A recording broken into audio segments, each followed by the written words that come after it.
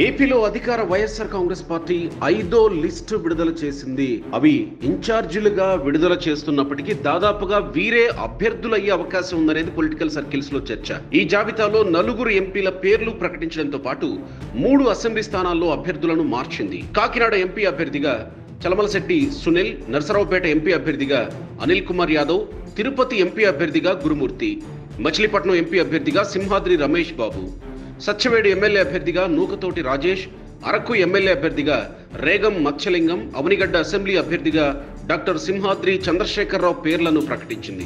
ఇప్పటికే YSRCP MP MLA అభ్యర్థులతో కూడిన 4 జాబితాలను పలు దఫాలుగా విడుదల చేసిన విషయం తెలిసిందే.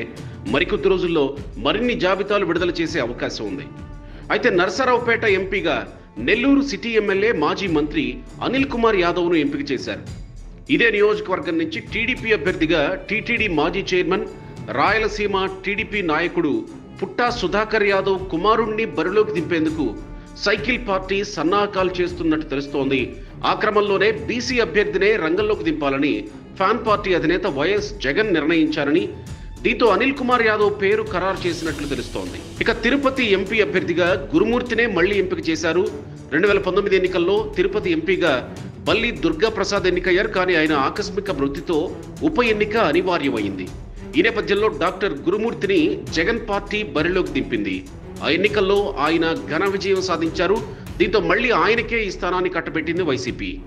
అలాగే మచిలీపట్నం లోక్సభ స్థానం నుంచి ఫ్యాన్ పార్టీ అభ్యర్థిగా సింహాద్రి రమేష్ బాబుని ఎంపిక చేశారు. ప్రస్తుతం ఆయన అవనిగడ్డ ఎమ్మెల్యేగా కొనసాగుతున్నారు. ఇక ఇప్పటి వరకు మచిలీపట్నం ఎంపీగా ఉన్న వల్లభనేని బాలశౌరి జనసేన పార్టీ కండువా కప్పుకోవడంతో ఆ స్థానానికి ఎంపీ అభ్యర్థిగా సింహాద్రి రమేష్ బాబును సీఎం వైఎస్ జగన్ తెర మీదకు తీసుకొచ్చినట్టు తెలుస్తోంది. ఇక అవనిగడ్డ ఎమ్మెల్యే అభ్యర్థిగా ఎంపిక చేసిన డాక్టర్ సింహాద్రి చంద్రశేఖర్ రావు టీడీపీ సీనియర్ నేత, మాజీ మంత్రి సింహాద్రి సత్యనారాయణ కుమారుడన్న సంగతి అందరికీ తెలిసిందే.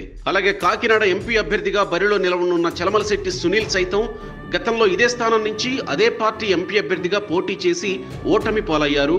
మళ్లీ ఆయన రానున్న ఎన్నికల్లో తన అదృష్టాన్ని పరీక్షించుకోనున్నారు.